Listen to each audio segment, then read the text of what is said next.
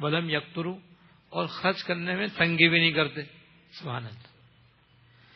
یعنی جہاں خرچ کرنا شرعاً فرض ہے یا واجب ہے یا مستحب ہے یا اخلاقاً وہاں پر آدمی کو اپنا مال یا اپنی چیزیں خرچ کرنی چاہیے، وہاں پر خرچ نہ کریں یہ ہے اقتار، یہ ہے کنجوسی، یہ ہے بخل. اب اس بخل کے درجات ہیں، لیکن بہرحال وہ بخل ہے. اگر وہ حج فرض ہے، پیسے نہیں خرچ کر رہا، حج کرنے نہیں جا رہا. زکوٰۃ فرض ہے، زکوٰۃ نہیں دے رہا تو پیسے خرچ ہو جائیں گے. قربانی فطرہ واجب ہے، خرچ ہی نہیں کر رہا. بیوی بچوں کا نان نفقہ واجب ہے، خرچ ہی نہیں کر رہا.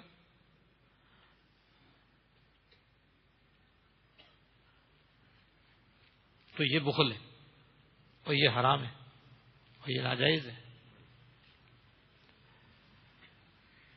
ایسے بے شک بیوی بچوں کا نفقہ بالکل خشک دے رہا ہے، وہ تو واجب تو ادا ہو رہا ہے اس کا، لیکن اس کے اندر بہتر یہ ہے کہ کچھ زیادہ آدمی اپنے گھر والوں کو کھلائے پلائے پہنائے. بیوی بچوں کا دل خوش کرنا یہ بھی عین عبادت ہے. تو اپنی حیثیت کے اندر ذرا مقدار واجب سے زیادہ ان کے وہ کھانے پینے پہننے رہنے کی سہولت دے، تو یہ اخلاقاً بری بات ہے. بہتر ہے کہ ان کو ذرا آسائش مہیا کرے، ان کی آرام و راحت پہ بقدر خرچ کرے. وہ ایسا نہیں کرتے، بلکہ میانہ روی سے چلتے رہتے ہیں. یہ ہے میانہ روی. اسراف بھی نہیں کرتے، تنگی بھی نہیں کرتے، درمیانہ راستہ اختیار کرتے ہیں. وہ اسراف سے بھی بچتے ہیں، تبذیر سے بھی بچتے ہیں، تنگی سے بھی بچتے ہیں، کنجوسی سے بھی پرہیز کرتے ہیں، درمیانہ درجہ اختیار کرتے ہیں. اور یہ ہے درمیانہ درجہ صراط مستقیم. سفر وکانہ بین ذالک قواما. ان کا معاملہ مال خرچ کرنے میں، پیسہ خرچ کرنے میں درمیانہ رہتا ہے. سبحان اللہ. درمیانہ درجہ آدمی اگر خرچ کرنے کا اصول بنا لے تو یہ کبھی زندگی میں پریشان نہیں ہو سکتا آدمی. ہمارے حضرت رحمۃ اللہ نے لکھا ہے کہ پہلے زمانے میں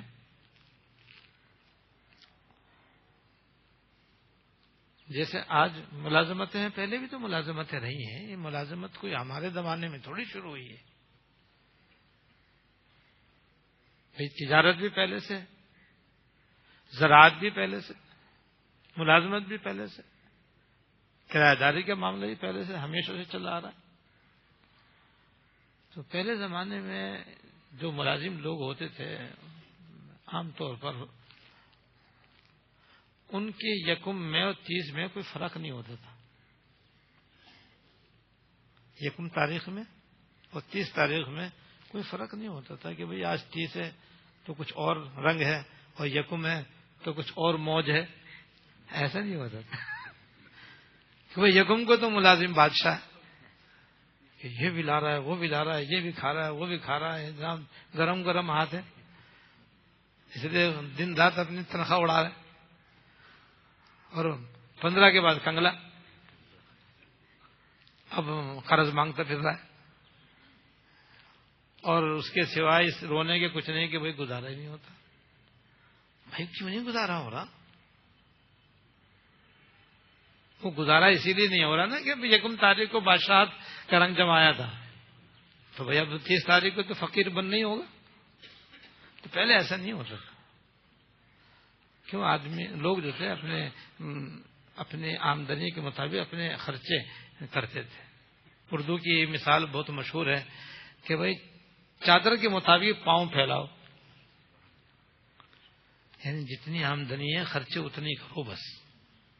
اب جس کی 5,000 روپے تنخواہ ہے تو 5,000 کے حساب سے اپنے مہینے میں گزارا کرے. جس کی 10,000 ہے وہ 10,000 کے اندر اندر بچت بھی کرے، اپنے خرچے بھی پورے کرے. اب کچھ بھی کرنا پڑے اس کو بہرحال، لیکن ہر حال میں اس کا خرچہ 10 سے کم ہونا ضروری ہے. بچت بھی کرنی ہے تو مہینے میں 1,500 بچانے بھی ضروری ہے. باقی خرچے بھی کرنے، اب قسط کم کرنے وہ ہو جانے. ورنہ کسی ہوشیار آدمی سے مشورہ کر لے، مخلص آدمی سے مشورہ کر لے. اسراف سے بچنا پڑے گا، تبذیر سے بچنا پڑے گا، میانہ روی سے چلنا پڑے گا، پھر 10,000 میں بھی گزارا ہو سکتا ہے. ایسی 15 والے کا، ایسی 20 والے کا، ایسی کسی 50 والے کا، ایسی کسی 1 لاکھ روپے والے کا. لیکن اب تو 1 لاکھ والا ہی پریشان ہے، اور 50,000 والا ہی پریشان ہے، 25,000 والا ہی پریشان ہے، 10,000 والا ہی پریشان ہے، 5,000 والا بھی پریشان ہے. کیوں پریشان ہے؟ اس لیے کہ چادر سے زیادہ پاؤں پھیلا رکھے. پرانی مثال تو یہ ہے کہ بھئی چادر کے مطابق پاؤں پھیلاؤ. حضرت مولانا محمد تقی صاحب دامت برکاتہم میں اپنے بیان میں ادھر فرمانے لگے آج کل حال یہ ہے کہ پہلے پاؤں پھیلاتے تھے پھر چادر ڈھونڈتے. پہلے پاؤں پھیلاتے تھے اب چادر ڈھونڈتے ہیں. وہ اتنی چادر مل جائے کہ پیر سے لے کر سر تک ہم اس میں چھپ جائیں. یعنی اب خرچ تو کر دیے بے تحاشا، اب آمدنی ڈھونڈ رہے ہیں کہ بھئی کہاں سے ملے کہاں سے ملے. تو بھئی چوری کرے گا پھر کیا کرے گا؟ ڈاکہ ڈالے گا، رشوت لے گا، سود لے گا، چوری کرے گا، اور کیا کرے گا پھر وہ؟ اس لیے کہ خرچے تو 50,000 کے ہو رہے ہیں، آمدنی 25,000 کی ہے، تو 25,000 مزید اور بھی تو چاہیے نا. اب وہ کہاں سے لائے گا؟ تو ناجائز ذرائع سے آدمی اس کو اللہ بچائے حاصل کرنے کی کوشش کرتا ہے. کاروبار میں بھی جھوٹ بولے گا، ڈنڈی مارے گا، اور جناب ملازمت میں بھی جھوٹ بولے گا، ڈنڈی مارے گا. جو بھی اس کا ذریعہ معاش ہے وہ کسی نہ کسی طریقے سے وہاں پر چوری کر کے اور ناجائز طریقے سے وہ کسی نہ کسی طرح 50 پورے کرے گا. اور اگر آدمی 25 والا 25 میں اپنا گزارا کر لے اور اس میں بھی کوشش کرے کہ 2-3 ہزار بچا بھی لے تو پھر اس کا تو 1 اور 30 برابر ہے. پھر اسے کوئی گھبراہٹ نہیں، کوئی پریشانی نہیں ہے اس کو.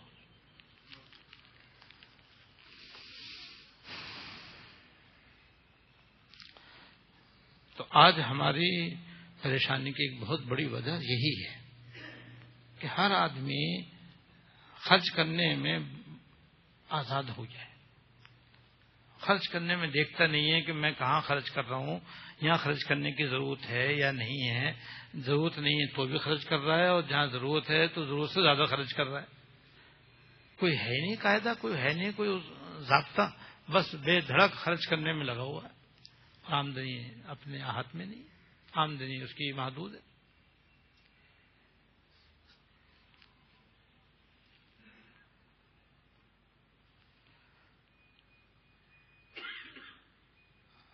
ہمارے حضرت رحمۃ اللہ علیہ جب دارالعلوم دیوبند میں تھے تو حضرت نے شروع سے ہی وہاں پڑھانا شروع کیا تھا، اور حضرت کی پہلی تنخواہ جو 1,300 روپے تھی اس زمانے میں. 1,300 نہیں، 13 روپے. 13 روپے سے حضرت کی تنخواہ شروع ہوئی تھی. اور پھر پڑھتے پڑھتے پھر صدر مفتی حضرت بنے دارالعلوم دیوبند میں. وہیں پڑھے اور وہیں پڑھایا اور صدر مفتی بنے. تو جب صدر مفتی کے عہدے سے آپ جدا ہوئے 65 روپے تنخواہ تھی بس. اس زمانے کے 65 بھی بھاگا اچھے خاصے تھے. اور حضرت کے بہنیں وغیرہ بھی کچھ بیوہ تھیں. حضرت کا اپنا گھرانہ بھی اچھا خاصا تھا. 4 یا 5 گھرانے حضرت اس میں چلاتے تھے. 65 روپے میں 4 گھروں کو پالنا یہ معمولی بات نہیں ہے.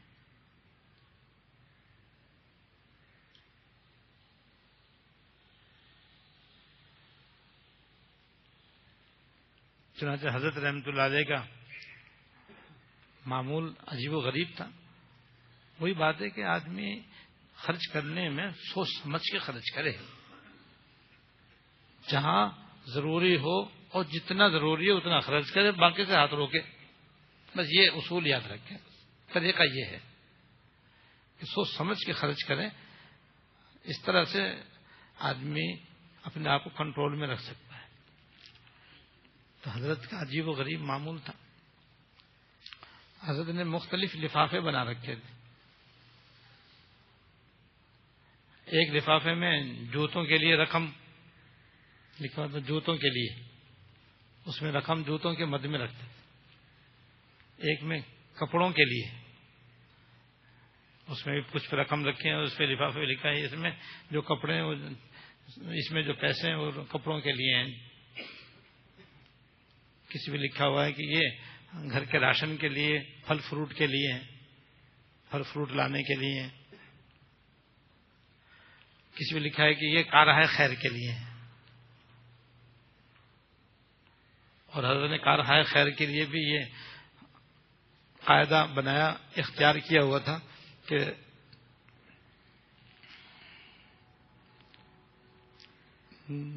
جو آمدنی بغیر محنت کی ہوتی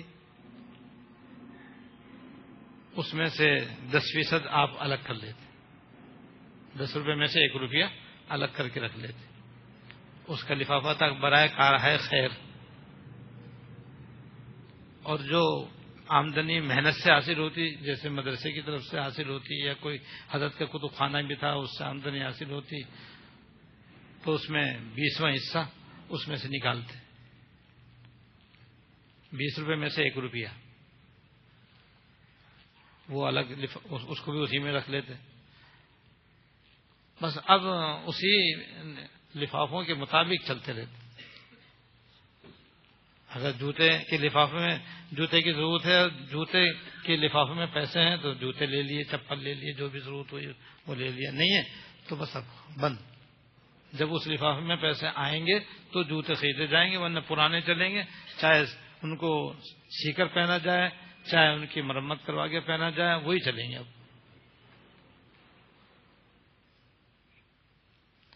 جس میں کپڑے کے مد لکھی ہوئی ہے تو اگر اس میں پیسے ہیں تو جوڑا سلے گا، اور نہیں تو اب جوڑا نہیں سلے گا، جو پہلے اب وہی چلتا رہے گا، بس 1 ہیں 2 ہیں 3 ہیں جو بھی ہیں بس اب وہی چلتے رہیں گے۔ بس جب اس مد میں پیسے آئیں گے تو نئے کپڑے بنیں گے، نہیں تو نہیں بنیں گے۔ اسی کے پھل والے لفافے میں اگر پیسے ہیں تو گھر میں پھل آئے گا، اور نہیں ہے تو بس پھل بند۔ اس طرح اپنے آپ کو باندھا ہوا تھا۔ بزرگوں سے یہ باتیں سیکھنے کی ہوتی ہیں،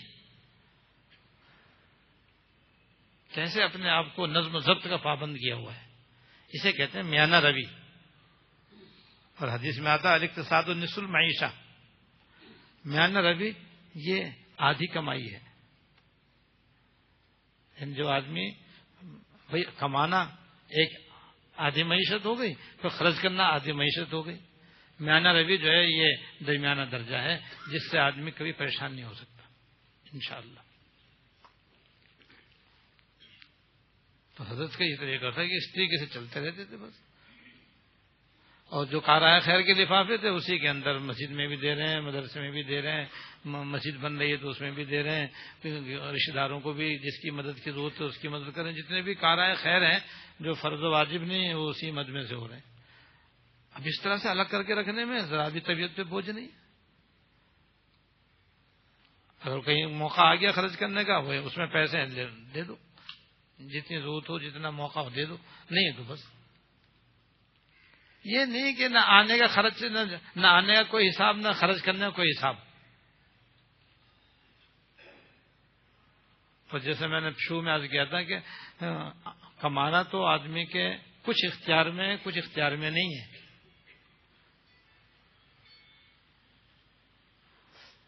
لیکن خرچ کرنا تو آدمی کے اپنے ہاتھ میں ہے سارا کا سارا۔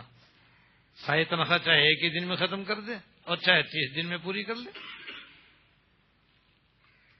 جب یہ بات ہے تو خرچ کرنا اور زیادہ احتیاط کے ساتھ ضروری ہے،